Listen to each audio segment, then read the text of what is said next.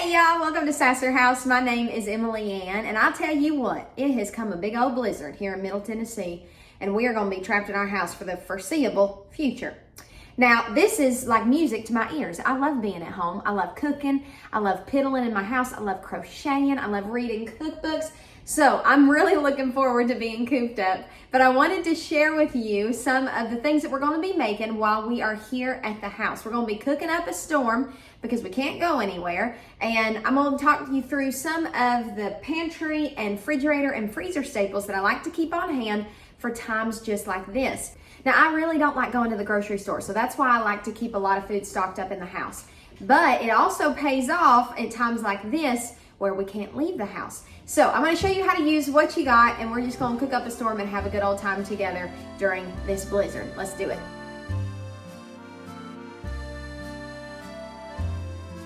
So the first thing we're going to make this morning is a breakfast casserole, and we're going to do this with just what we have left over. I'm kind of making it up as we go. I made this crusty rustic bread 2 days ago. Let me think. I think 2 days ago. No, I think I mixed it up on Saturday. Today's Tuesday, so that's 4 days ago. So it's stale now, and it's gotten even crustier and harder. Let's see if we can even saw through it.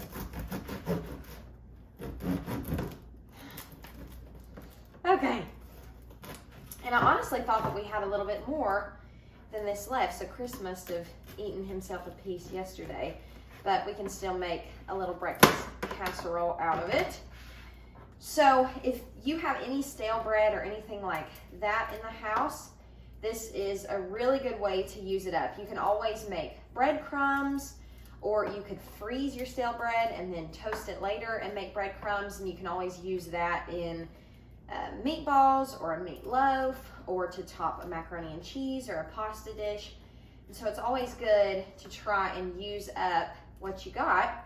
Even if you can't make sandwiches or use it in the way that you normally would, you can still use old bread. So I'm just gonna peel this up into chunks, and we're gonna use this in our breakfast casserole. And I might need a smaller casserole dish because we've got less bread than I thought we did. But that'll be good. We don't need to be eating on this all week long. Let's see what we got in here. Oh, I know what I could do, maybe. What about a pie dish? Is that smaller? Let's see about this one.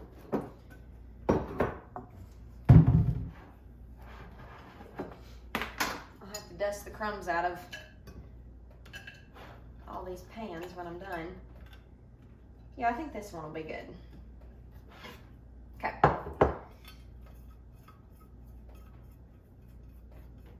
Go. So I'm just going to keep breaking up this bread and filling up the bottom of our baking dish. Now, if you've seen any of my other videos, or even my bread baking video, you may know that it has been 3 years since I have bought bread from the grocery store. Now, I ain't claiming that completely, because there have been, I think, 2 instances where we were going to a party and I didn't have time to make like a French bread for garlic bread. And I bought a French bread from the bakery section at the grocery store. But other than that, I have not bought dinner rolls. I haven't bought cinnamon rolls. Haven't bought white bread. Just any type of bread that you'd have on hand. I have not gotten at the grocery store in over 3 years. And that's because it is so easy to make homemade bread. Now, I'm not doing sourdough or anything fancy like that. I'm just using good old-fashioned yeast, and I buy it in a 2-pound block in bulk on Amazon. And the one that I have right now that's in my fridge, I've been using that one for 1.5 years, and I'll show you how much I still have left. But this leftover bread is a recipe that I shared in my bread making video, and I'll put that linked in this video so that you can go to it if you would like. I'll also leave the written recipe in the description box below if you would just like to do that. But this one you don't even have to knead. It is so easy. You can make it up to 3 days in advance and leave the dough in your fridge to rise and proof. You bake it in a Dutch oven and it comes out crusty and full of flavor and absolutely delicious. Now over here on the stove, I'm gonna get some sausage browned up, and I used just a little bit of this the other day. We had biscuits left over that I had made, and I didn't want to just have jam on them, although jam probably would have been healthier than what I did. But it was Sunday morning, we were headed to church, and I wanted us to have a yummy Sunday morning breakfast, and so I made a little bit of sausage gravy to go with our biscuits, and it was so good. We don't make a habit of having biscuits and gravy because I know it's a fat pill, but every once in a while won't hurt anybody. So I'm gonna get this broken up as good as I can and get it all browned up to add into our casserole. All right, while our sausage is browning up, I'm gonna get some eggs cracked into our bowl. These brown eggs are actually from some of our sweet friends' chickens. Chris went over to help them with something, and they sent us home with some eggs, and I have been dying to crack open into them. Y'all, we want to get chicken so bad. Just so you can see the difference. This is a store-bought egg.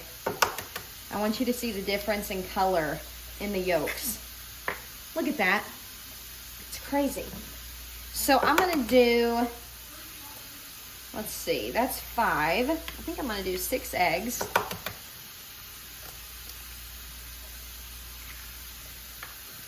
And I'm going to save those shells. We got a composter for Christmas, so I've been trying to hold on to all my food scraps so I can add that into our composter for our garden next year. All right, I'm going to measure this so that you can do this at home if you would like to. I would just eyeball it, but let's start with 1/3 of a cup of milk.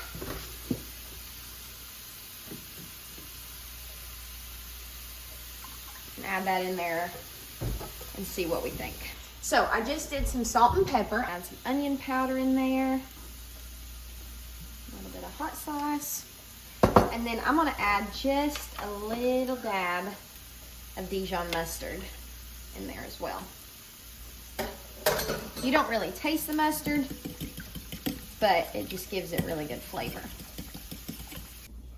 All right, looking at this, I'm gonna add a little bit more milk, almost like it would have been 1/2 cup of milk in total. So 6 eggs and about 1/2 cup of milk. Our sausage is all done, and we've got some beautiful color that came up as we browned it. So I'm gonna just put that sausage in there over our bread, just like that. And I'm gonna pour this egg mixture in over our sausage and our bread. Make sure everything's good and coated. And since I'm not following a recipe, I want to just press down and make sure that there's enough egg to bread and sausage ratio. And I think there is, because I don't want it to be like a big old thick egg casserole. All right, I think that is perfect. And now we're just going to top it with some cheese.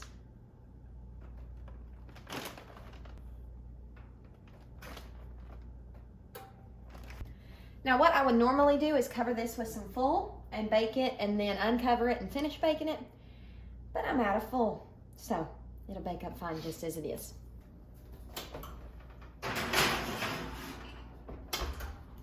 All right, so since we're already in the kitchen and we're gonna be home for a couple days, I figured I'd go ahead and meal prep a little bit. So Chris killed his first buck, when was it, baby? A week ago or so? And we just got it all into our deep freezer outside. And I kind of looked through a freezer to take inventory of what we've got. because we bought a quarter of a cow last year. I keep a lot of stuff out there. I keep some bread out there, and I keep some of the stuff that I grew in my garden this year out there. And we had a huge, well, not huge bag, but pretty good bag of frozen shredded zucchini. Now, I absolutely love zucchini bread, and Chris loves it too. So I thought, since we were going to be home for a little bit, that I would pull that out, get it thawing in our refrigerator, and that I would make us some zucchini bread. Now, the thing about this zucchini bread recipe is it makes 2 really large loaves or 3 smaller loaves. So it makes quite a bit of bread, but it freezes beautifully. So you can bake this once, put 2 loaves in the freezer, or your 1 extra loaf in the freezer, and then you can pull it out when you have company. You can pull it out if you know you've got a busy week up ahead. For us, we're gonna have some of this casserole to eat on. I'm really making this zucchini bread for a little sweet treat, so that I'm not making cookies or anything like that. So I've got our shredded zucchini that is draining over the bowl that we mixed up our egg mixture in. That way we don't have to use and dirty up multiple bowls. This is why it's so much more efficient, I find it, to cook as much as you can while you're in the kitchen, because you only have to do 1 round of dishes and 1 round of cooking and cleaning up. I just feel like this is the most efficient way to make the most of our time. Now, I was just kind of pressing down on this, and there are still some ice crystals in here. It's been in the fridge now for over 24 hours, but I guess it's not completely thawed. So while we're waiting on that to get all the moisture out and thaw as much as it can, I got some pecans out of the freezer, and I'm gonna get those chopped up, and we're gonna get those toasting in the oven. Now, I don't want these to be completely chopped up and in tiny pieces, but I don't want them to be in huge chunks either.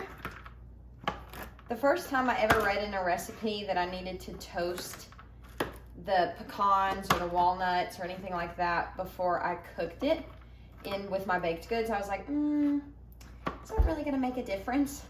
But once you do it, you almost can't go back. The smell that fills up your kitchen just by toasting these for a couple minutes in the oven is absolutely incredible.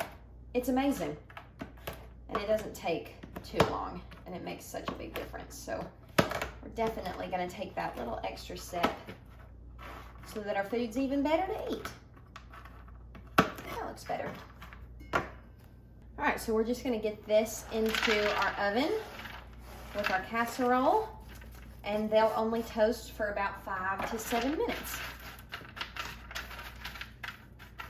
You wanna be careful not to burn them, because then they'll have a burnt flavor. You just wanna toast them. So now it's time to make our bread. And another thing that I absolutely love about this zucchini bread recipe is you can do it all in one bowl. You don't have to get your mixer out. So we need 3 eggs. And then we need 2 cups of sugar. Some things that I always try to keep a good stock of in my kitchen is flour, sugar, eggs, and milk. Let's see, so there's, I'm gonna focus real quick so I don't have to rewatch this to see how much sugar I put in. 1 cup, 2 cups. There we go. Now we're gonna add in 1 cup of oil. And then 2 teaspoons of vanilla. This is actually homemade vanilla that my sweet friend gave me for Christmas, and I have loved using it. So I'm gonna get this all mixed up before we add our other ingredients in. But like I was saying, some things that I love to keep on hand are flour, sugar, eggs, and milk. And you can keep even canned milk, like evaporated milk and stuff like that, in the pantry. But I like to keep that on hand. And then aside from that, I like to have cheese in the house, and I always buy the blocked cheese and shred it up, and then I like to keep pasta sauce canned in the pantry and pasta noodles, and then dry goods like rice and dried pinto beans and stuff like that. And if I've got that stuff, then I can make all kinds of stuff. Like, you know, I have started making tortillas homemade, and I've started doing, of course, all my breads, so biscuits and sandwich bread and any type of bread like that I do homemade now. And so if you've got some of these ingredients on hand, then you can make whatever you need to make without having to go to the grocery store. If you say, oh, I want tacos, but I don't have tortillas. If you've got flour and butter and water in the house, then you can make tortillas. So it's good just to have some things on hand. You can freeze butter too if you want to stock up on it while it's on sale, because it costs an arm and a leg. But just little things like that I love having so that I can pull from and make whatever I need. All right, our timer is about to go off, so let's check on everything. I'm gonna get these out. Perfect. And then let's check on this. I think that's done too. Yep, I can see those eggs baked up. I'm just gonna jiggle this around and make sure that's all. Nope, some of those eggs are not done. So I'm gonna put that back in.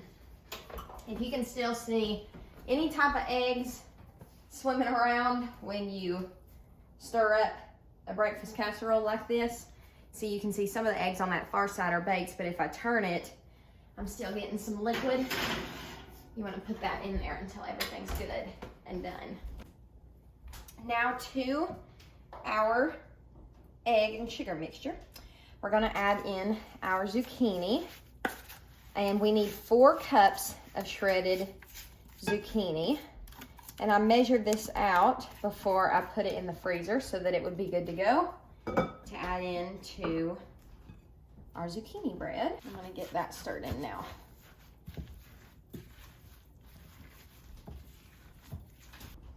For our dry ingredients, we need 3 cups and 3 tablespoons of flour. For the rest of our dry ingredients, we needed baking powder, cinnamon, and salt. Now, you don't have to use cinnamon if you don't like the taste of cinnamon. We absolutely love the taste of cinnamon, and so I love adding this in. But I will do all the measurements down below, but I wanted to show this is a little trick that I do whenever I don't want to mix my dry ingredients separate from my wet ingredients so that I keep everything in one bowl, and I'm only dirtying up one bowl. I just go in right into the top where that baking powder, cinnamon, and salt is, and I just kind of lightly stir that into the flour before I then fold all of our dry and wet ingredients together. And that's just something that helps me think that things are getting more evenly distributed throughout with our dry ingredients. I don't know if it really works, but it makes me feel better about it. So now we're going to add in our toasted pecans, and I'm going to leave just a little bit out to put on top. And then we like to add in some chocolate chips, and I'll do the same thing. Leave just a few out to add onto the top of our bread. So get all this stirred in. Now, you don't have to do nuts or chocolate chips. The first time that I made this, I didn't do either, and it was so delicious. You don't taste the zucchini at all, like at all. All you taste is this yummy sweet bread that's kind of got a cinnamony flavor from that cinnamon that we added in, and it's so good. But it adds a little special treat to have the nuts and chocolate chips. All right, I've got us 2 little plates out. We're gonna cut into this and see how our casserole turned out. That looks so good. So see how all that crusty bread just soaks up all that egg mixture? And you've got your cheese and your sausage. I love a good breakfast casserole. And this would be so easy to make vegetarian if you don't eat meat. You could just add any type of veggies that you like, whether it be peppers or onions, spinach, anything like that. You could also do bacon with this, or you could do one with sausage and cheese and peppers and onions. That'd be delicious. All right, let's dig in. I'm gonna do my little taste test on camera with you, since I did just make it up. This baked at 375 for had it in there for 25 minutes, probably 30-ish minutes total, 30 to 35 minutes.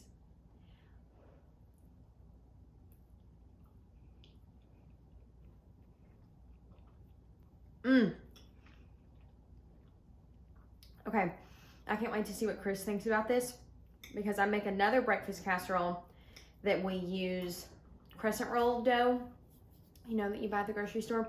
I love those crescent rolls, and I would love to be able to make them homemade so I don't have to buy those, but I don't know how. When you look up like how to make croissants, it seems very intense. You do like layers of dough and layers of butter and all this craziness. So I have a recipe that I use for a breakfast casserole that uses those crescent rolls, but I think I like this better. So I can't wait to see what Chris thinks. That bread and the egg cooked up perfectly together. It's so good. Honest review. It's delicious. You like it better than the crescent roll one, or you like them the same? Because it's kind of the same ingredients, except just crusty bread. Like, I can't even, it's like it baked up so soft. That bread was so stale. You can't tell that there's bread in there. No, it's like just the perfect. I would have thought it was just egg, honestly. It's the perfect bite. It made me nervous when I first poured in that egg mixture, because I was afraid that I didn't have enough liquid to bread and sausage and cheese ratio. But I'm so glad that I didn't add more, because it is literally the perfect consistency. What I bet you can run into with these is adding too much liquid and then it being soggy and mushy. And ours did not turn out that way at all. So I think that was like the perfect amount. And I was trying to think, if I were to write a recipe for this, we used less than half a loaf of that rustic bread. And I'd say we had maybe, once it was torn up, 2 cups of bread. So now I'm gonna get this kitchen cleaned up, dishwasher unloaded and reloaded, and I'll see you back when we're in the kitchen. Our zucchini bread has been cooling over here. It looks absolutely delicious. I love this stuff so much, and I cannot wait to cut into it. Once these are totally cool, I'll probably, got a little chocolate on my thumb. That's a treat. I'll probably go ahead and freeze one, and then I will save the rest out for Chris and I to eat while we're home for the snow day. Okay, so it's time for lunch. I made something yesterday that's kind of like a sushi bake. I'll tell you what I did and show you it, that I'm gonna eat leftovers of today, but Chris doesn't have any leftovers to eat, so I'm gonna make him some easy Hamburger Helper. Now, it's not the kind that you buy at the store, but it's like Hamburger Helper, it's just homemade. It's one of his favorite meals in the whole wide world. So all you really need to make Hamburger Helper at home is macaroni noodles, ground beef. I use some cream of mushroom soup, a little bit of cheese, and some seasoning, and you got some homemade Hamburger Helper. Over here on the stove, I'm gonna get some water boiling for his noodles, and we're gonna get our ground beef going. Now, we bought a quarter of a cow last year, and between that and our ground venison, we've been set on beef and any type of kind of red meat all year long. If I ever buy, you know, a cow in bulk again, I don't think I want to do 2-pound packages. It just makes for so much food when you open it up and cook it if you're just cooking for 2. If you had a whole family, it would be ideal. But I'm always meal prepping every time I open up any type of beef out of the freezer. We have a bunch of tortilla chips that we need to use up, and we're both craving Mexican food. So tonight for supper, I'm gonna use about 2/3 of this for taco meat, and then we'll probably have some left over that Chris could eat tomorrow of the taco meat, and then I'll use the other third of it for his Hamburger Helper. So our meat is almost browned up, and our noodles just about ready to go into the water. It's not quite boiling, but I have the oven preheated, and I wanted to show you what I'm eating for lunch. Chris thinks this is the grossest thing he's ever seen in his entire life, and I think that's kind of funny. I ate literally half of this yesterday for lunch. It's that delicious. So basically, all it is it's almost like, you'll see when I eat it, it's almost like a little California roll, okay? So I have imitation crab meat that I chopped up and then I mixed with a little mayo, sugar, rice wine vinegar, or seasoned rice vinegar. Is that the same thing? A little bit of salt and a little bit of sriracha. Mix all that up. I boiled my rice until it was done, and then I added a little sugar, a little salt, and rice wine vinegar.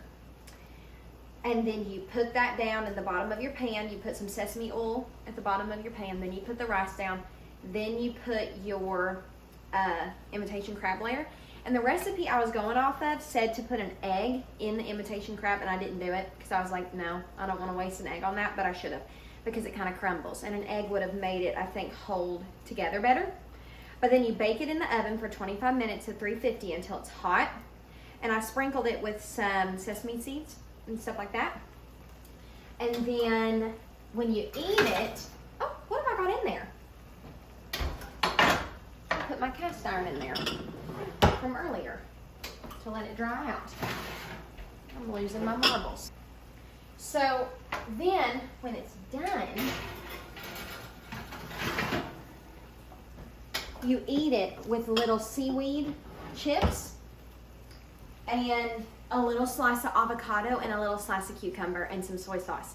I'll show you. It's so good. It looks like our noodles are ready to go into our boiling water. I'm going to salt it real good. And then I'm going to get just some regular old macaroni noodles into that pot of boiling water. Okay, I'm going to drain the grease, just using a couple of paper towels to soak all that up off of this beef. So while we're waiting on our noodles to get done, I'm going to open up a can of cream of mushroom soup. And then we just need some cheese and a little bit of milk. And then we'll season it, and that's all we need for the hamburger helper.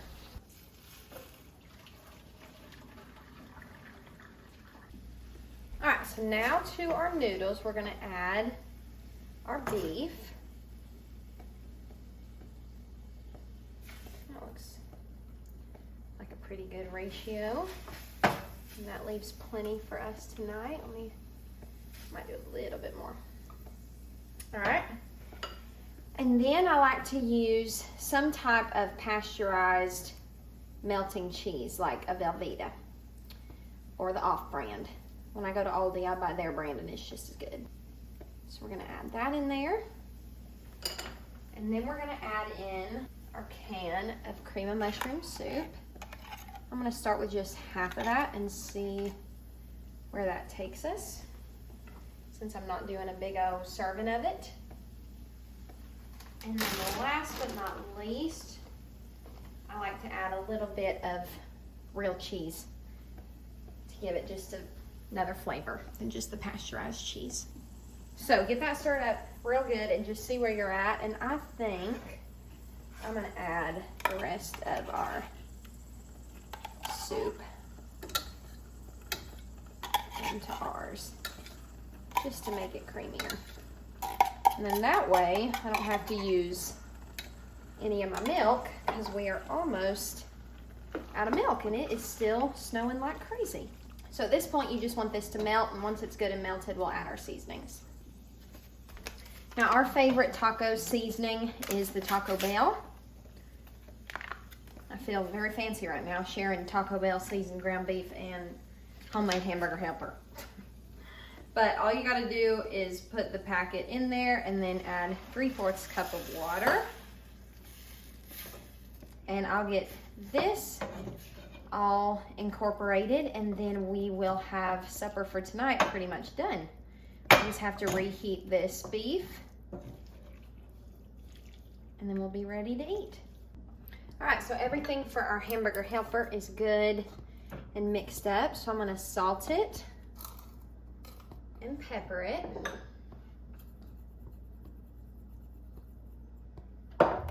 And then I like to add a little bit of onion powder. Make sure all that gets good and incorporated. And then I like to add just a touch of Italian seasoning. I also think that a little bit of Worcestershire sauce is really good in there, but Chris don't like Worcestershire. Okay. I always like to taste my food to see if it's any good or if anything needs to be adjusted. Okay.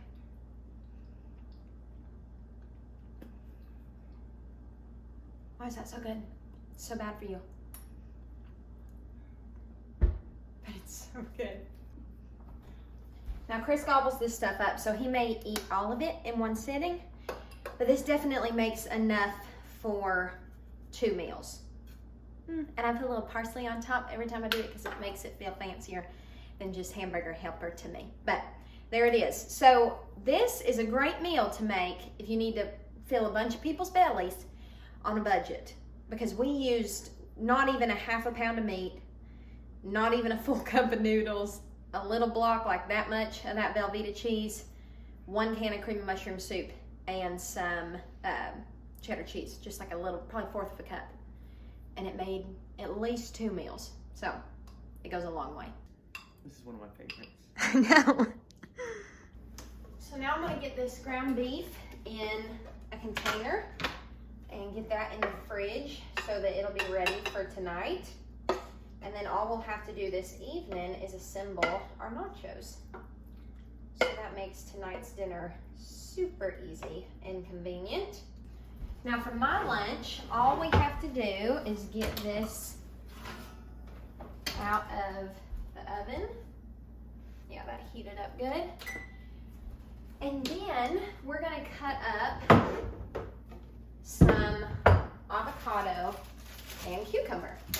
Now when I'm saving cucumber, I always wrap it in a slightly damp towel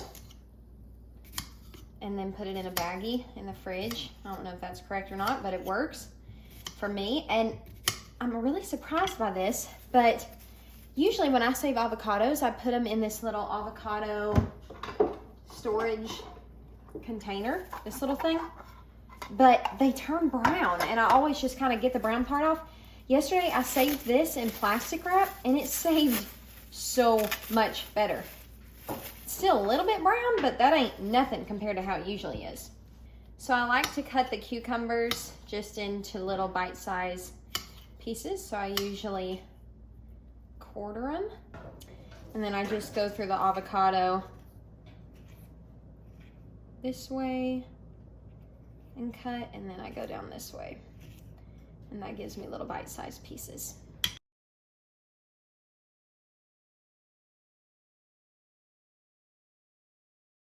Okay, so the sushi bake is not the prettiest thing to eat in the whole world, but I get these little organic roasted seaweed snacks. I've never eaten them any other way than this way.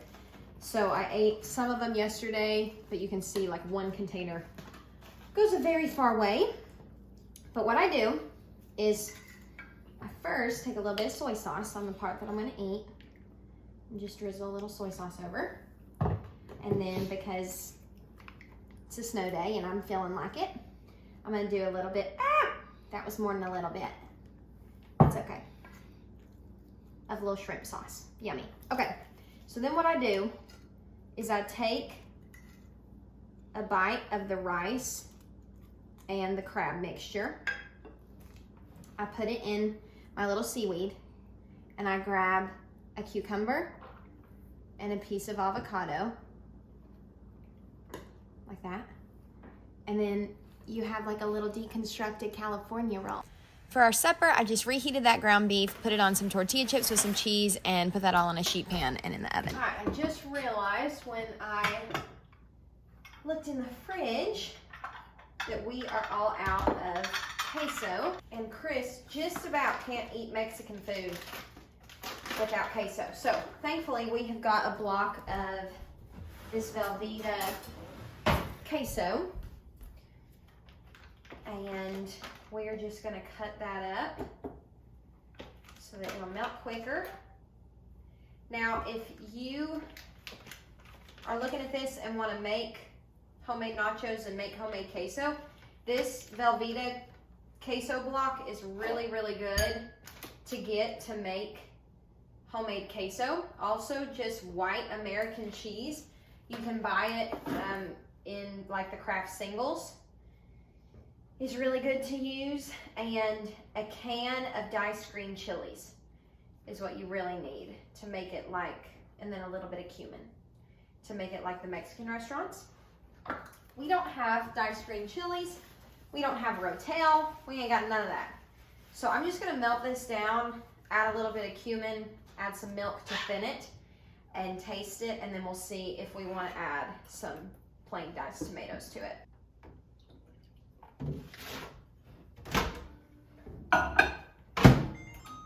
So this has been in the microwave for about 1.5 minutes. It's almost totally melted, but not quite yet. So I'm gonna put it back in there and let it go until it's nice and smooth. Here is what our nachos look like right out of the oven. And if it were up to me, we'd put a big old dollop of sour cream, some pico, some guacamole, maybe some red onion, all kinds of fun stuff like that on these. And it would be so cute. This would be fun for a party on a platter, you know, and then decorate the top and let everybody kind of dip as an appetizer. That'd be really fun. But Chris don't like all that fancy stuff. He likes meat and cheese only. So I'll do the fancy stuff on my plate. Let's check this now. That is pretty thick. I might thin it out with just a little bit of milk. Let's season this with just a little bit of cumin. And then I'm just gonna add a smidgen more milk. I don't wanna add too much.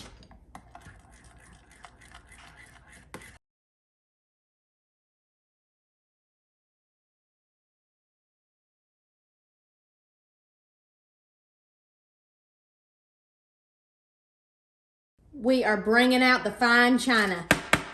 The paper solo plates, baby.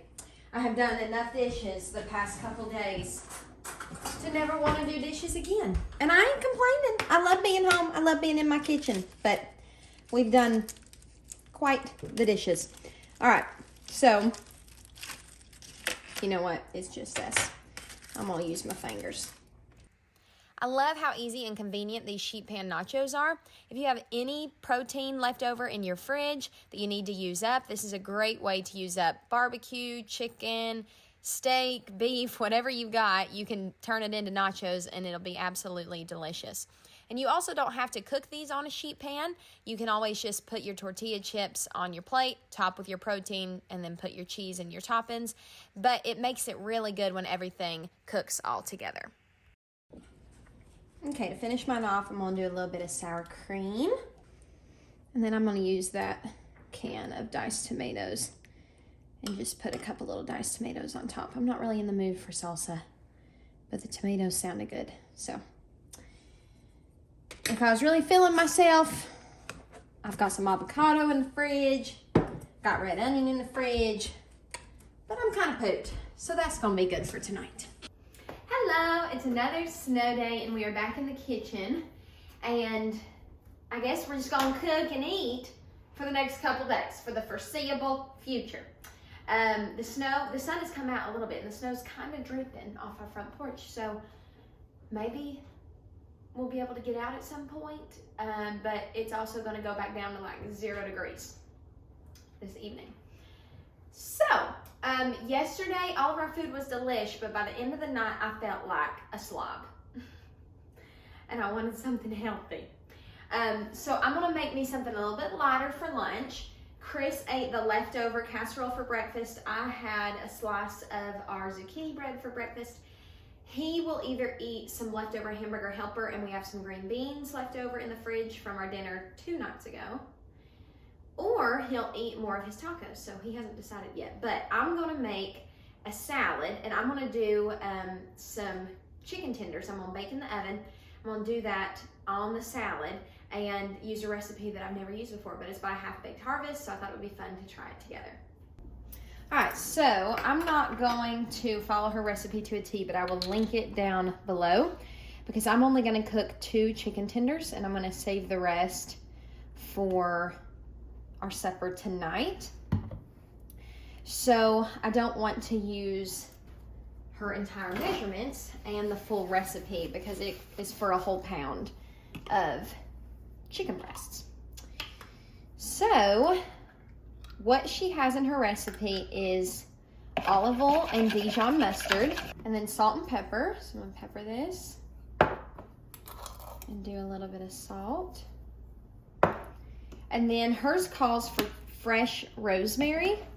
I do not have that, so I'm gonna do just a little bit of Italian seasoning and then smoked paprika, and I've got regular paprika, so I'm gonna add that in. It also calls for lemon zest and lemon juice. I only have lemon juice, so we're gonna do a little dab of that. And then it calls for minced garlic and a minced shallot. Now, I don't have a shallot, but I know it's like an onion, and it says that white onions are comparable. So we're gonna mince up a little bit of an onion real well and get that into our mixture. Now I've got our scrap bag out.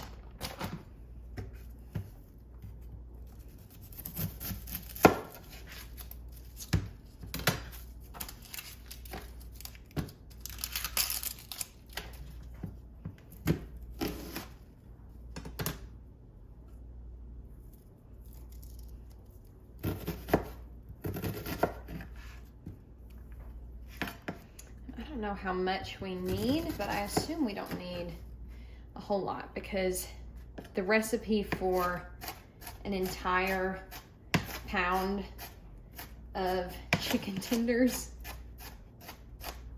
is 1 shallot. And I bet you that right there is equivalent to 1 shallot. So we've got it chopped up real little. So I'll add in, get some of that off. These little baby pieces. Just a little bit of that and stir it up and see where we're at. All right, so that's what it's looking like. I feel like I want to add a little honey to it, but I'm not going to because that's not what the recipe says to do. So I'm gonna get this out of the way. We'll use that onion for something in a minute. I'm going to get 2 chicken tenders. So we've got 2 little chicken tenders in there. I'm just gonna use my hands and toss them up really good in this sauce. And then I'm gonna move them over to a baking sheet so that we can get them in the oven at 425 degrees for 20 minutes. All right, so I've got some carrots that I need to use up.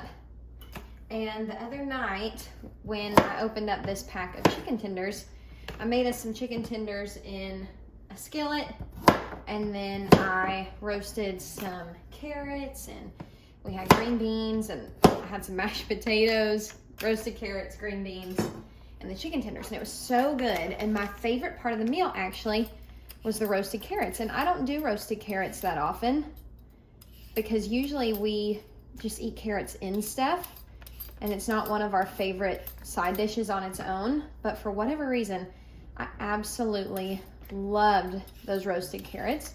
So I'm gonna peel some of these up. I've washed them really good. I'm gonna peel them up into my scrap bag. And we're just gonna cut these into little pieces and get them on the same pan as our chicken to get those roasting in the oven. Now the other night when I did these, I did olive oil and I did some of a seasoning blend. I think it's the, I want to say Cavender's. Let me look. I think that's what it is. It's like a Greek seasoning blend, and it was yummy, but there was a couple times where I felt like it was almost too much. So I think all I'm gonna do today is just olive oil and salt and pepper these. So I'm gonna roast them and then put them on my salad with the chicken. I don't know if roasted carrots on a salad is a thing, but we're making it a thing today. All right, I'm going to season and toss our carrots right here in the middle of everything, just to make less of a mess right here on our parchment.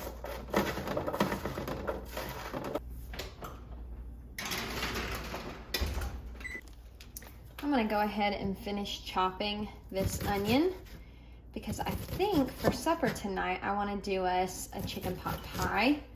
That sounds really comforting, and it'll also make me feel better because we can put peas and carrots and some veggies in there to get some veggies and crisp.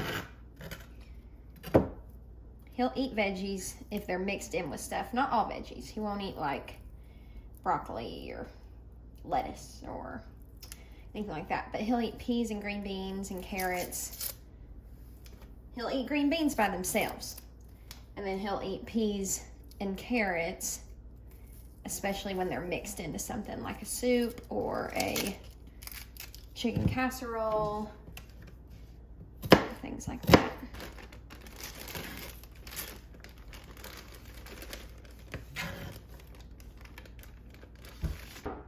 So now let's cut up our lettuce for my salad. Looks like there's a tiny bit of a yucky spot on it down here. So I'm gonna get that off. And my favorite way to cut up romaine like this is to leave it all attached at the base down here and run my knife through,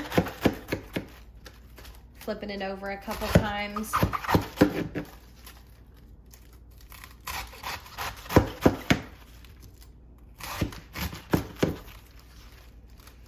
And then I just go through and chop this way.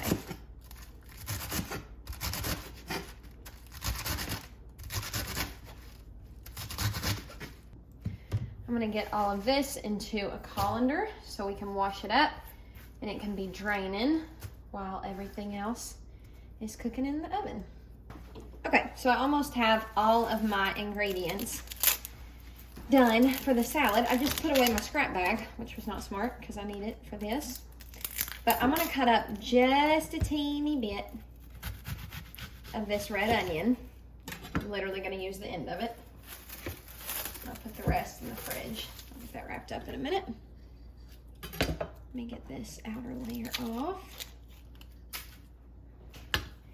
And I'm just gonna cut it up into thin little strips. I'm gonna cut those in half. And I'm gonna plop it down in some ice water. And that takes some of that bite out of a red onion. That way it's not crazy overpowering to where all you taste in your salad is red onion. Chris decided that he wanted leftover nachos, and so we had our leftover ground beef. And instead of dirtying up a sheet pan and doing all of that, we just got out our paper plates and I filled that up with tortilla chips. I heated up our leftover ground beef and then I topped that with some cheddar cheese. And I don't really like heating tortilla chips in the microwave. I just feel like it can make them soggy and give them a funny texture. And so I like to get that ground beef and cheese heated up separately. And then I had some leftover queso that we had made from the night before. So I was getting that heated up as well. And then I just assembled the nachos. So this is another really easy way to throw a meal together in no time at all. I'm gonna make a quick honey mustard dressing for my salad because I thought that sounded yummy to go with it. So we're gonna do 1/8 of a cup of olive oil. And then we're gonna do 1/8 of a cup of yellow mustard. Maybe, let's see, just about out of that. There we go. Now we need a tablespoon of honey. Let's say that's about a tablespoon. We need 1/2 tablespoon of lemon juice.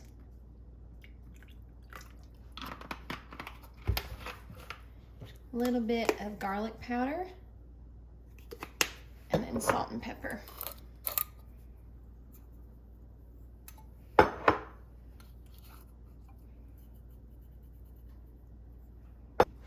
All right, now it's time to get our salad made up. Let me get our lettuce in here. That's probably more than enough. I'm gonna drop in our carrots. Okay, y'all have got to try this chicken recipe. I will definitely be making this again. First of all, it was so easy to throw together. It baked up in the oven perfectly. It was so tender. Look at how it just completely falls apart. I loved this on the salad, but I am so excited to make this just as supper one night with green beans, mashed potatoes, roasted potatoes, or carrots, whatever side you would want. You could cut this up, put it in a wrap, put it in a quesadilla. The possibilities are endless, and it was so delicious and easy to put together. All right, we've got our onions. Put those on there. I have some avocado in the fridge too that might be yummy on this, but I think I'm gonna save it. It's my last avocado. Another thing that would be good on this is some like toasted walnuts or pecans or something. That would be really good. Okay, I'm gonna add just a little bit of feta cheese. And then I'm gonna drizzle that yummy dressing that we made.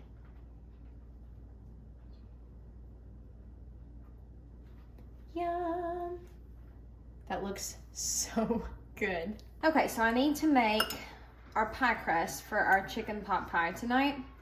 And it is 340 and it needs to sit and chill in the refrigerator before we roll it out. I have never been a pie girly. Like, I love chicken pot pie. I like to eat pie a little bit, but growing up, like, my mama didn't make a whole lot of pies. She made a lot of cobblers and cakes and cookies and stuff like that, and we never really had pie. And so I would love to practice at pie and get better at it. But every single time I've tried to do it, I'm just always underwhelmed with how it turns out. But right now we need 1 2/3 cup of flour in our food processor, and I'll link the recipe that I'm using down below. I'm gonna go ahead and get this in here. So the recipe I'm using calls for 2 tablespoons of sugar, but since this isn't a sweet pie, I'm just gonna do 1/2 of a tablespoon. I hope I don't regret that, but I don't think I will. And then it calls for a teaspoon of salt. So I'm gonna add that in here. And we're gonna pulse this a couple times.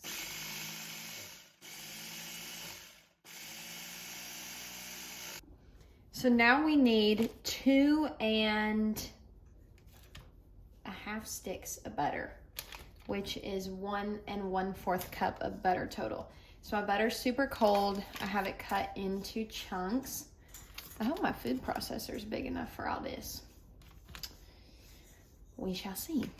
So I'm gonna do 1 1/2 sticks for starters and get to pulsing that up.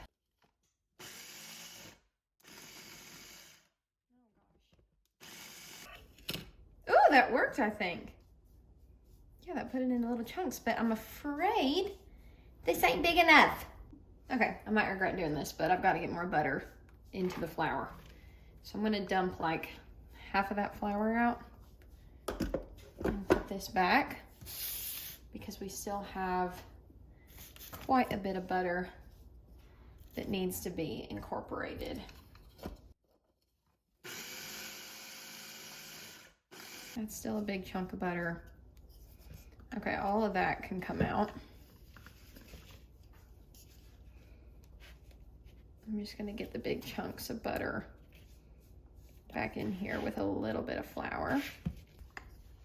This is probably the most ratchet way to make pie crust, but here we are. Let's add more butter. Trying to see if there's any big chunks in there, and there's not. And we still have all this butter, so.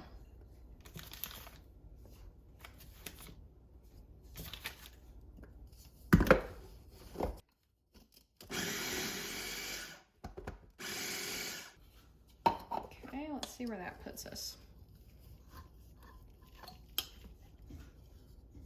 Okay, so this is a good like crumbly texture right now. And we need to add more flour anyways.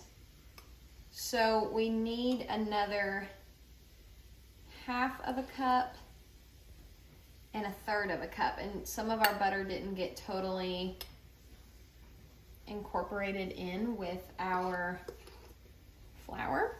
So this will be a good way to get that done. Now we need to add in our ice water.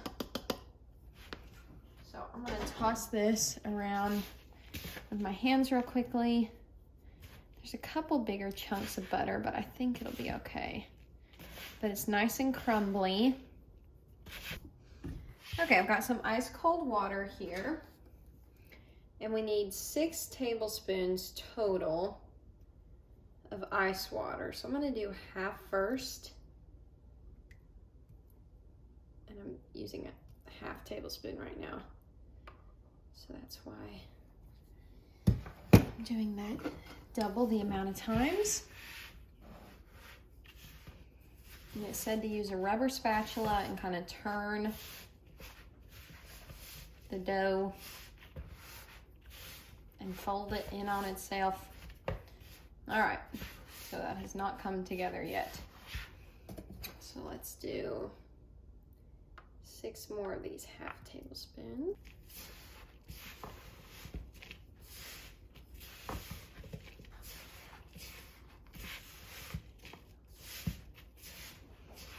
Okay, so that's coming together a little bit better. So it kind of holds its shape, but it still crumbles, which I know with pie crust, you don't want it to be like a wet dough. But I'm afraid that's still a little crumbly. Like, I don't think I could form that into a disc. So I'm gonna add just a drizzle bit more. And toss that around. See if that gets us where we need to be. If you're watching this and you make pies, you're probably crying and yelling at me through your screen. Okay, so I'm gonna turn this out, try to form it into somewhat of a disc, because we're gonna be separating this into 2 separate pie crusts.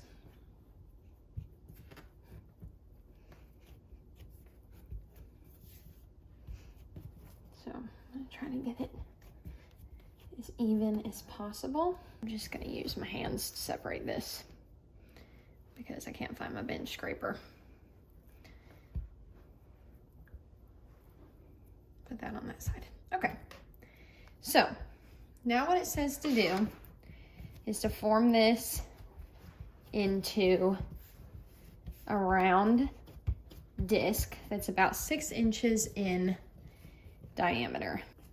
And I'll get these wrapped up in plastic wrap and sitting in our fridge, and we will see what happens when we go to bake them up tonight.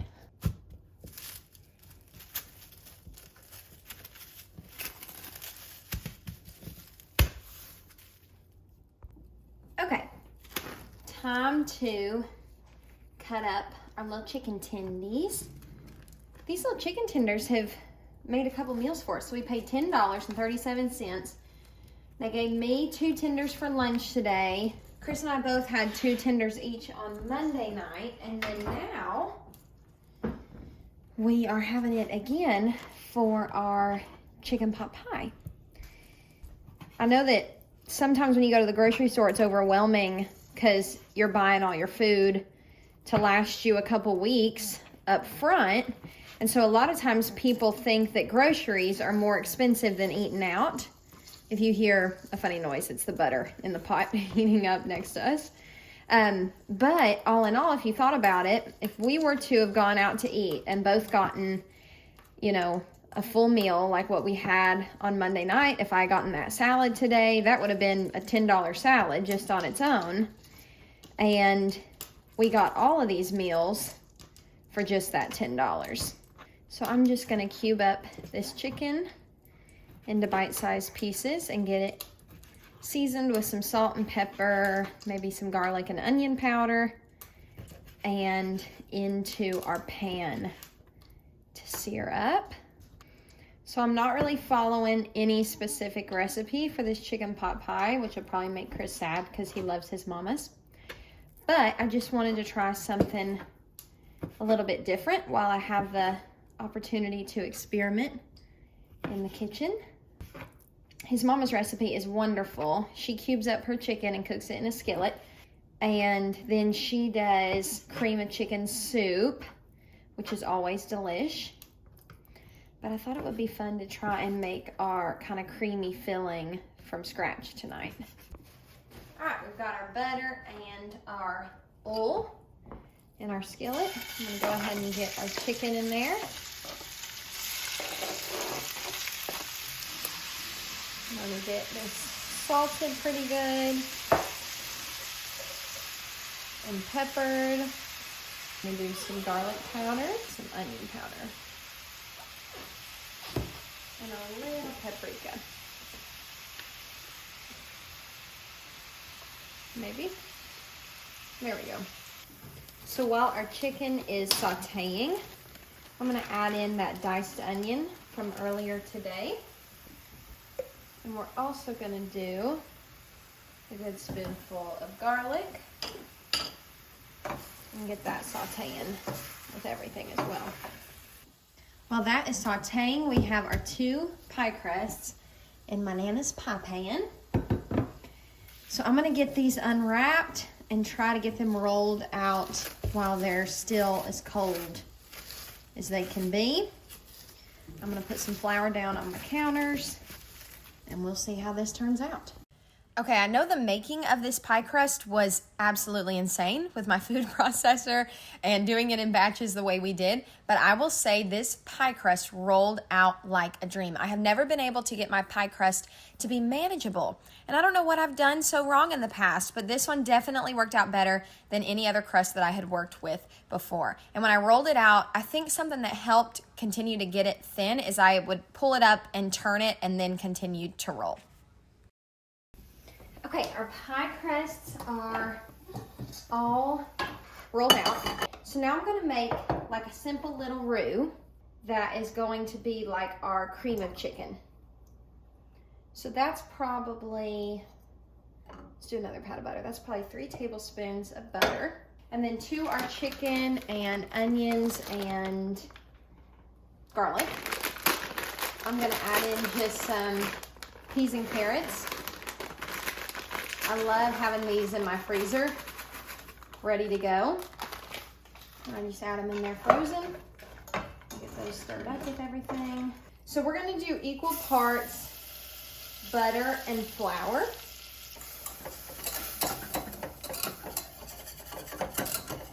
And this is gonna make like a little kind of a paste, but it's still liquidy.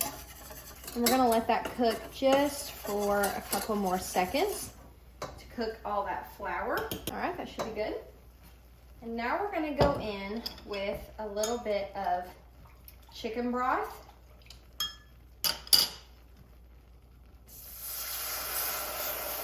I'm gonna stir that up.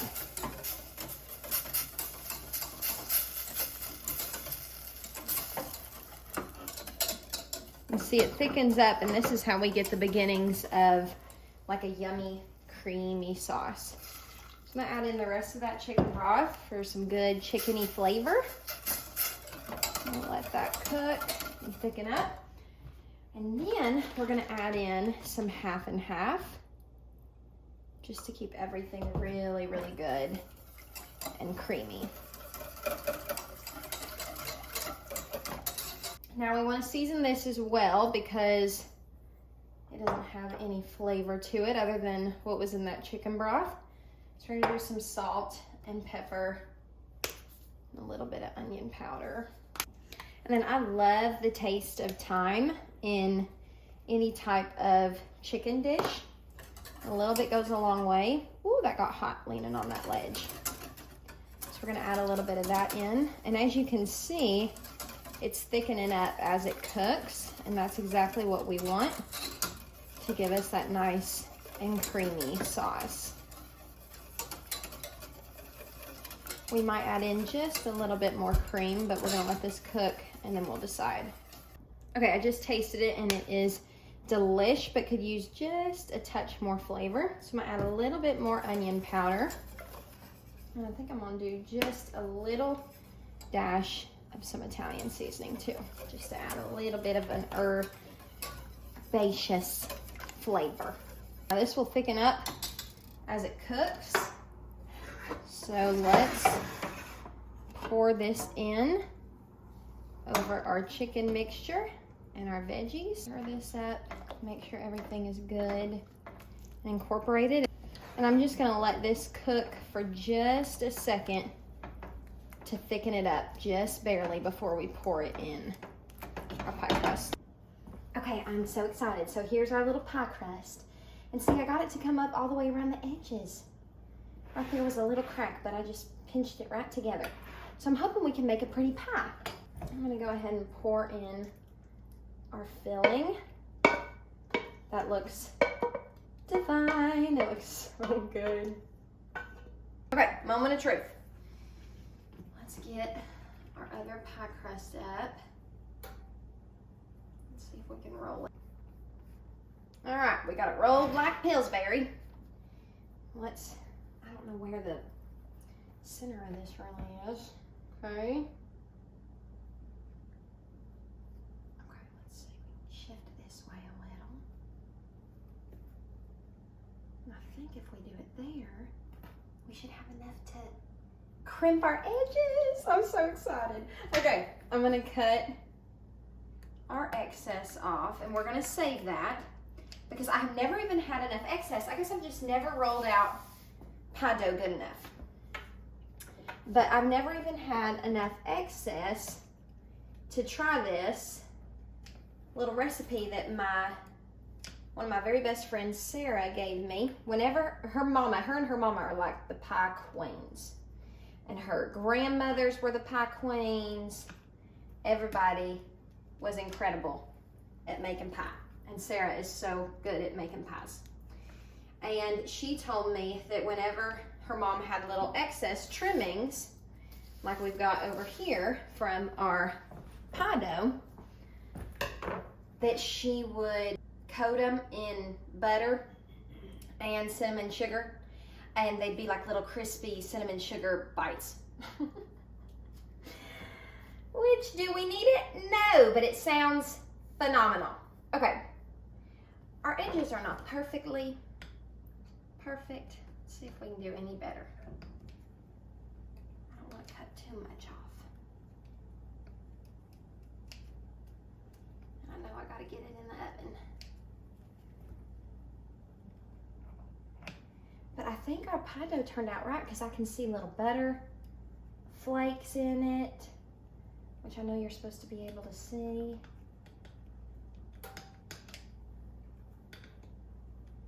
Okay, let's see if we can do this thing. So, we're gonna pinch our edges together all the way around. And then I think you take your 2 fingers and you just crimp it. Okay, so if you can't see what I'm doing like 1 finger on one side and the other finger's like this. It looks so cute! Okay, so I need to cut little peepholes in it. Just a little egg wash. Just with the white, not the yolk.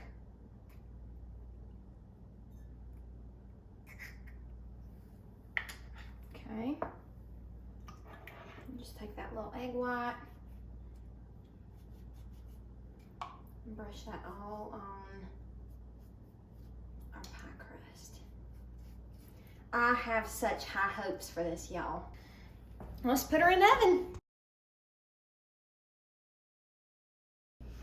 Okay, so while our chicken pot pie is baking, I put our leftover little scraps of our pie crust in the freezer while I cleaned up and filled up the dishwasher with all the dishes that we dirtied.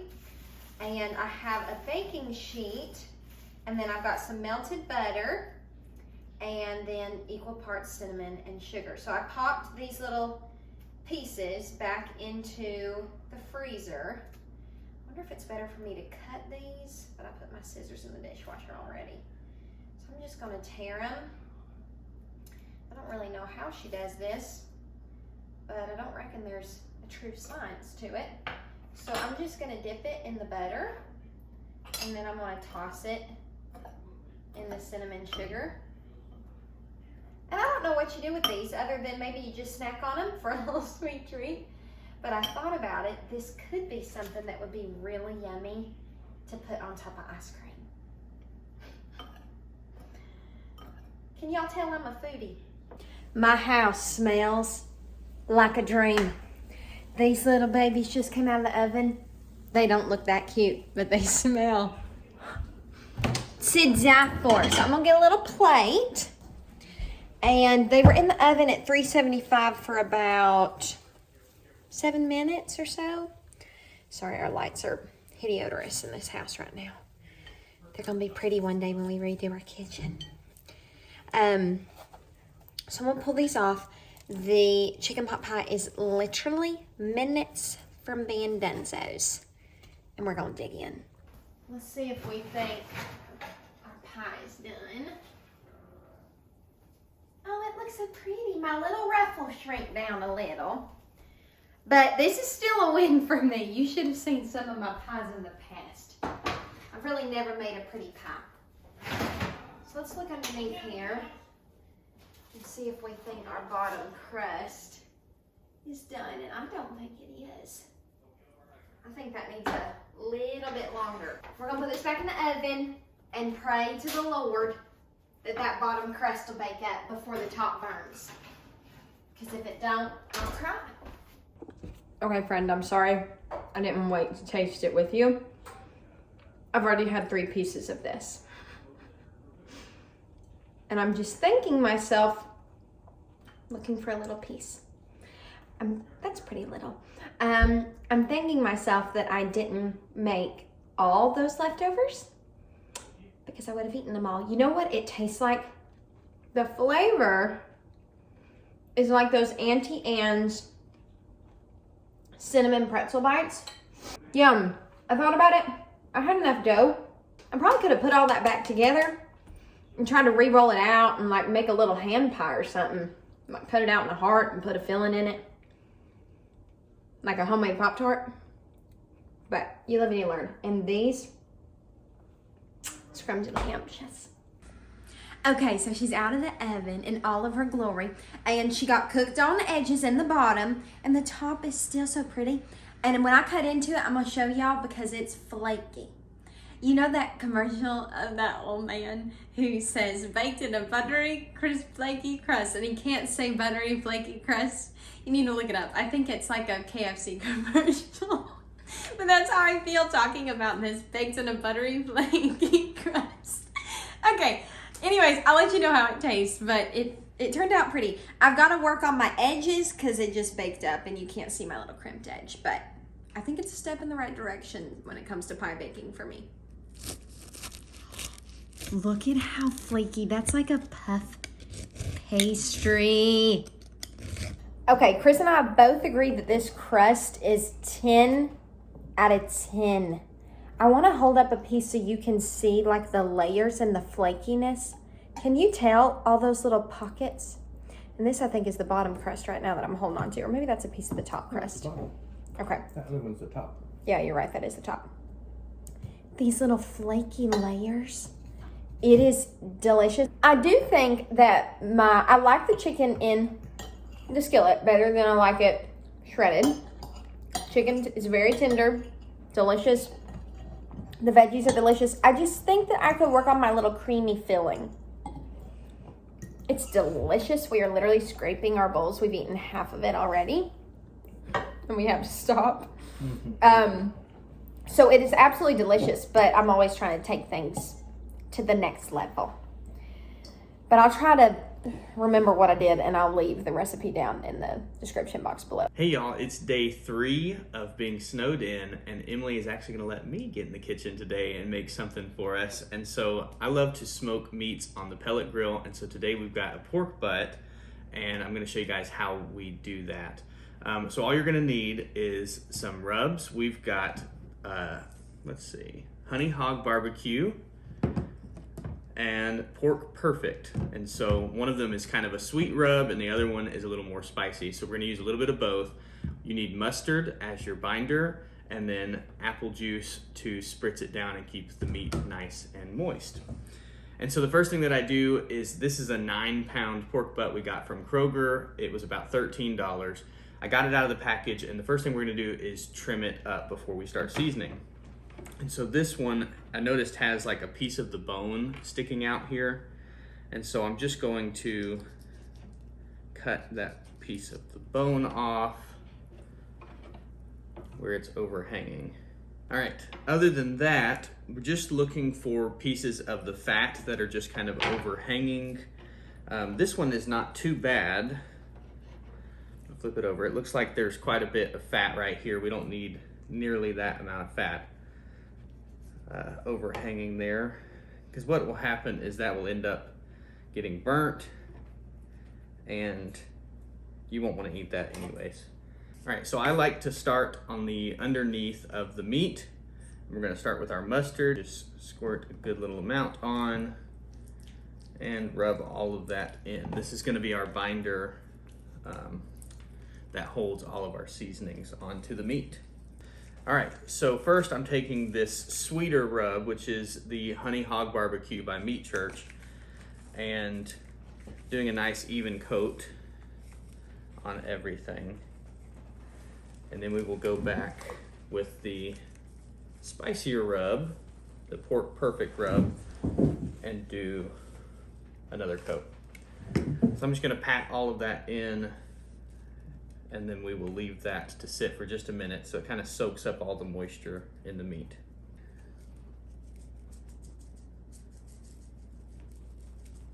This is the spicier rub. So we're doing a good coat, and sometimes it feels like you're over seasoning, but I don't really think you can over season when a piece of meat is this big. All right, so I've got my Pit Boss pellet smoker set to 350 degrees. Normally I would cook this on 300, and actually the temperature is only at 285 because it is snowing outside and it's like probably 12 degrees. So I'm gonna have to cook it a little hotter just to maintain a 300 degree temperature, but cook it on 300. And then I like to use these baking racks because you can basically come and turn the meat and flip it around, and you don't have to actually touch the meat with your hands and get dirty and mess up all of the seasoning. So really recommend using these baking racks. So I'm just gonna put this piece of meat on there, and we'll come back and check on it in probably 45 minutes to an hour. All right, we're about 1 hour into the cook. It's looking pretty good. I'm gonna just spritz it down with our apple juice right here. That's gonna keep it nice and moist. Should be good. All right, friends, we are reaching the point of no return, and that is the milkshake phase of our craziness and eating in this house. It is now kind of raining. I think it's either raining or maybe that's like sleet. It looks horrible outside, and it's about 2:40. We had our leftover chicken pot pie for lunch. It was delish. And now we both want a milkshake, so why not? Okay, so I just want chocolate, but I'm thinking Chris wants Oreo. So I'm gonna open up these cartons of ice cream. I'm gonna do mine first. That way it doesn't have Oreo pieces in it. And we're just gonna get a little bit of milk in our blender cup. Probably like a half a cup of milk. See how that does us. One thing that Chris and I don't have that we need is a ice cream scoop. I don't know why. Oh my gosh, I just broke that spoon. See, we need an ice cream scoop. Look at that pitiful spoon. Okay.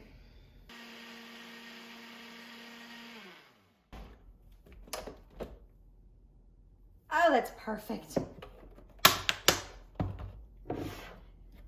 Nothing fancy. I've just got a little drinking glass and a bendy straw, because you just about can't drink a milkshake without a straw.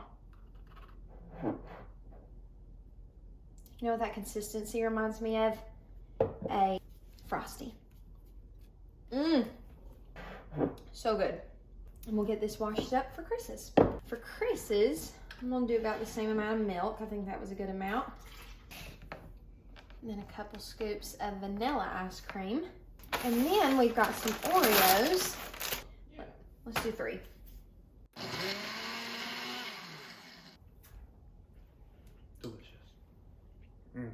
Is it really? Can I taste it? It can't be bad.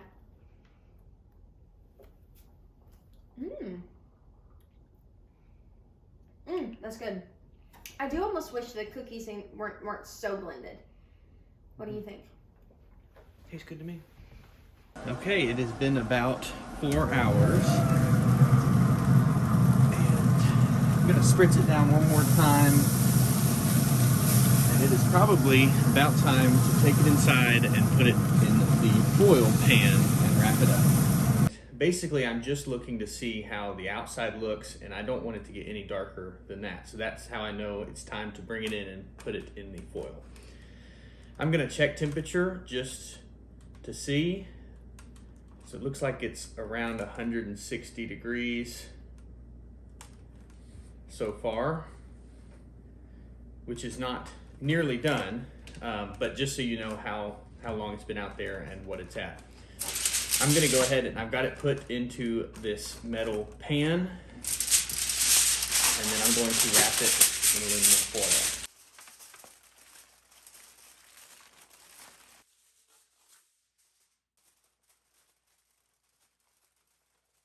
All right, so we've got it put in the foil pan and wrapped in foil. Now we're going to place the tray on the grill, just like that. We'll come back in about an hour and check for temperature, but we've got at least 2 to 3 more hours left, and we'll check for temp here in a little bit. All right, so it has been a little over 6 hours, and my probe that is already in there is saying that we are done, which is 205 degrees. I'm actually a little hotter than that, but at 205 degrees, I take my other meat thermometer and I start checking for temperature in multiple spots. And we're at 206, 207 there, 205, 208. So we're good. Once we're over 205 pretty much everywhere, you know that you are fully cooked and done. Then I want to come back and make sure that it is nice and tender. So if you stick the probe in and it has a little bit of resistance as you're pulling it out, it's not tender enough and you need to leave it a little longer, probably another 20 or 30 minutes.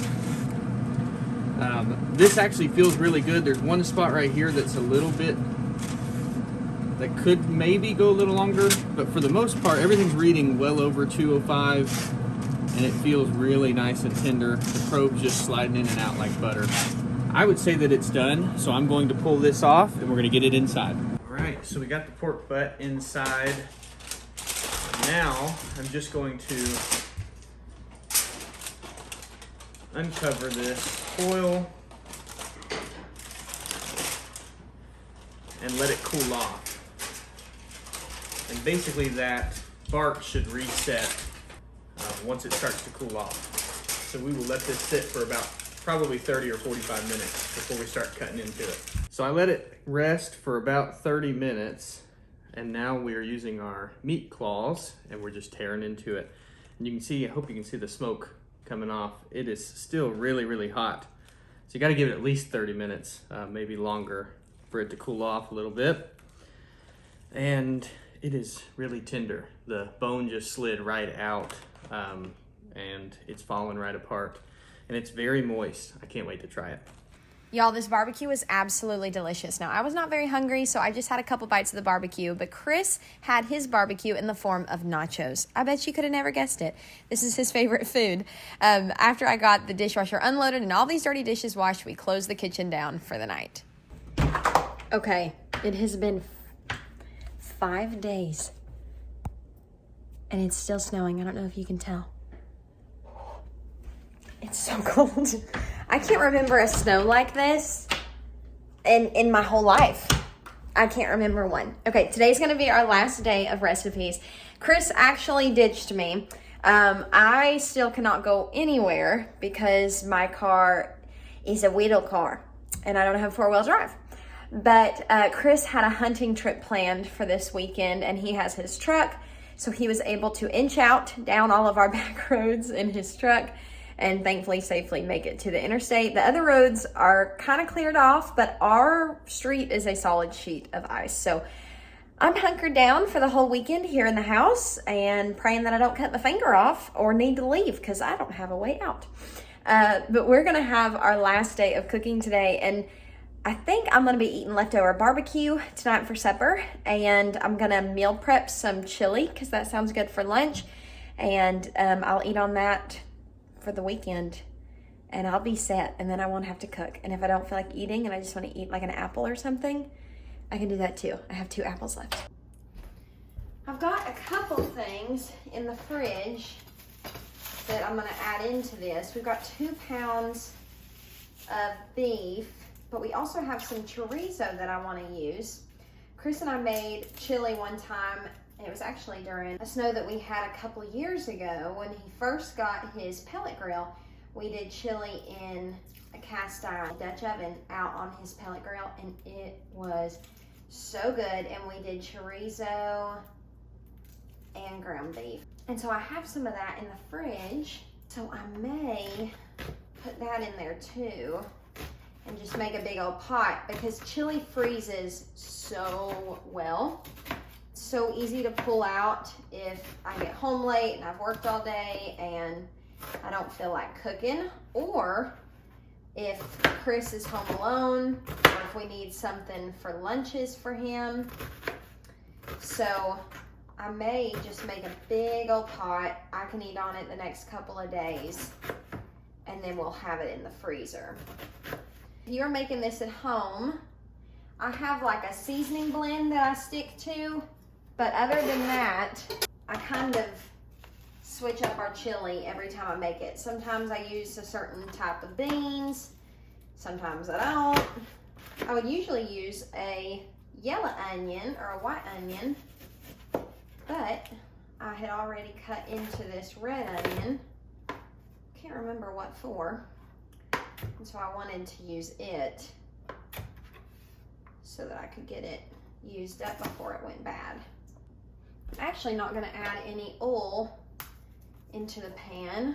I'm just gonna let the grease from our beef kind of cook in there with the onions.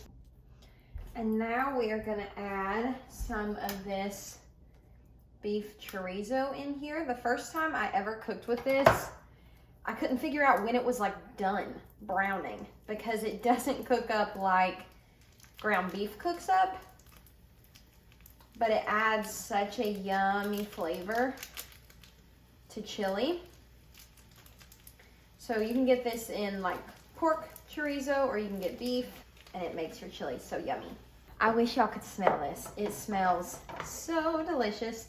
So I'm gonna just turn that heat up, make sure it's all crumbled up as good as I can get it for now, and let all of that brown. I had a slice of our zucchini bread this morning, but I need to have something small to get on my belly. So I'm gonna have a smorgasbord for lunch. So we packaged up and froze most of our pulled pork from last night, except what is in this container. And originally, when I thought Chris was leaving, I thought maybe the roads would be better and I was gonna have a friend over this evening to crochet, and we were gonna have some barbecue. So I put out quite a bit to have in the fridge for us to eat, but now the roads are too icy. So I'm gonna heat up a little bit of that for me. So I've got that heated up. I went ahead and washed off my veggies. I'm just gonna cut the ends off because it makes me feel better. So I'm gonna cut this up. Put that on the side of my barbecue. I'm gonna cut the ends off my carrots and do a quick, you know, I washed that pretty good. I'll just eat it with the skin on it. There we go.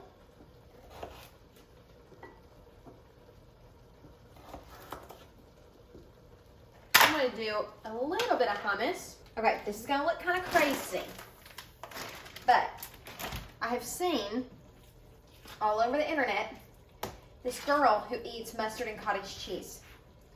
Make sure my cottage cheese is so good. Yes. I just got into cottage cheese this year. and I love it.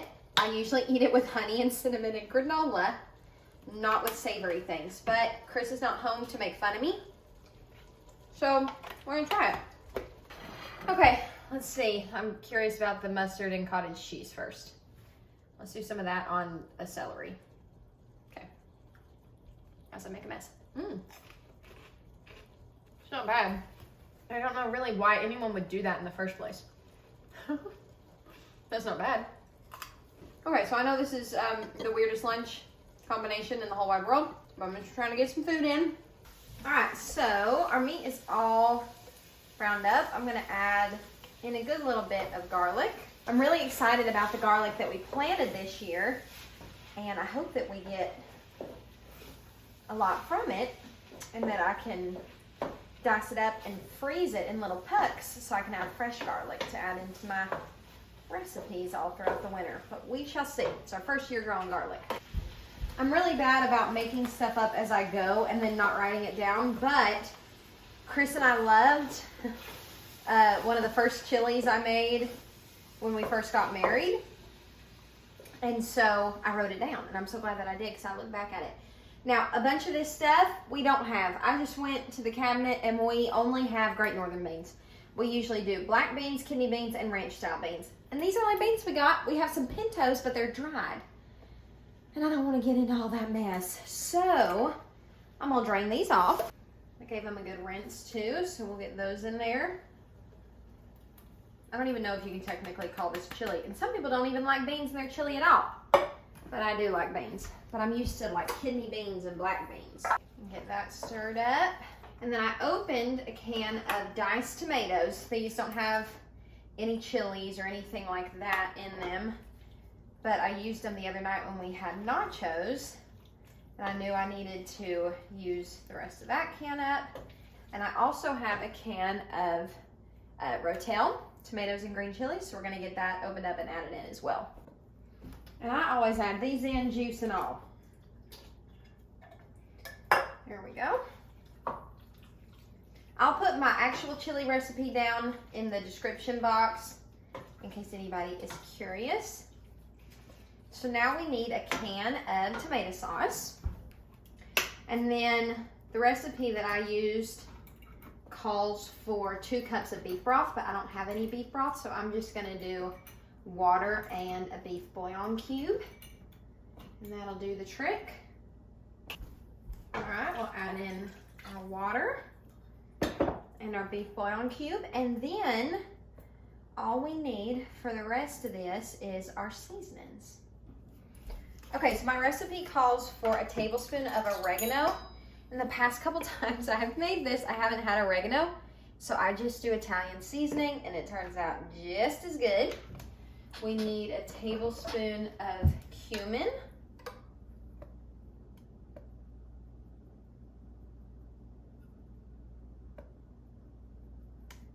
This is truly like a pantry clean out. That is all we got of that. Let me see if we have any more. For some reason, I want to think that I had 2 things, but maybe I don't. So we'll use what we got. We need 2 teaspoons of salt and 1 teaspoon of pepper. My mama used to always buy those chili like seasoning packets at the grocery store. She used to get like a 5-alarm chili seasoning packet, and those are good too. But we've really enjoyed this seasoning blend that we've done. We need some paprika. Add that in. And then 3 tablespoons of chili powder.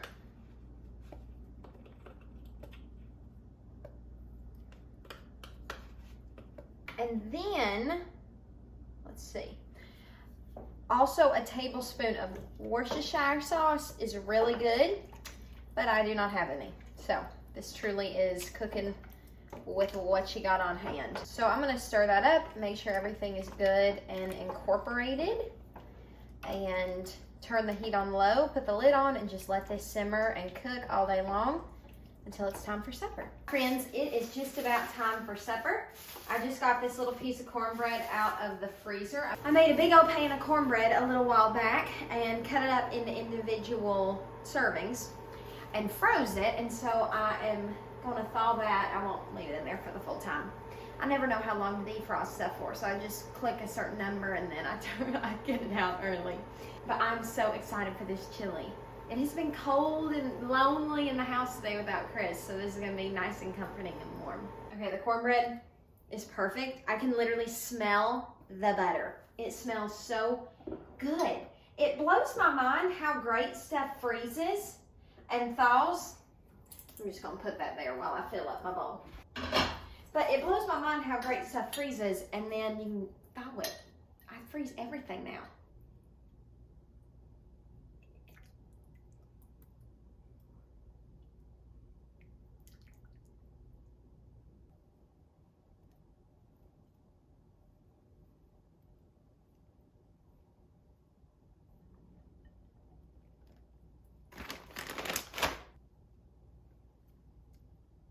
Well, this looks and smells absolutely delish. Y'all will have to let me know if you eat mustard on your chili like I do. It is so good. Don't knock it till you try it. I've heard of much weirder things with chili, like cinnamon rolls and chili and peanut butter sandwiches and chili. That's much stranger than mustard to me. Anyways, thank you so much for following along this week as we've been snowed in. I hope some of these recipes have inspired you to get in your kitchen and make the most of what you got on hand. We definitely had to do that, and it sure made me thankful for some of our pantry staples, freezer staples, and refrigerator staples that we keep on hand so that we could continue to eat and eat very well even when we can't leave our house. It means so much to us that you'd spend a little bit of time out of your day to be with us. If you like what you see, be sure to like and subscribe. Leave a comment down below for what you want to see next, and we'll see you on the next one. God bless y'all.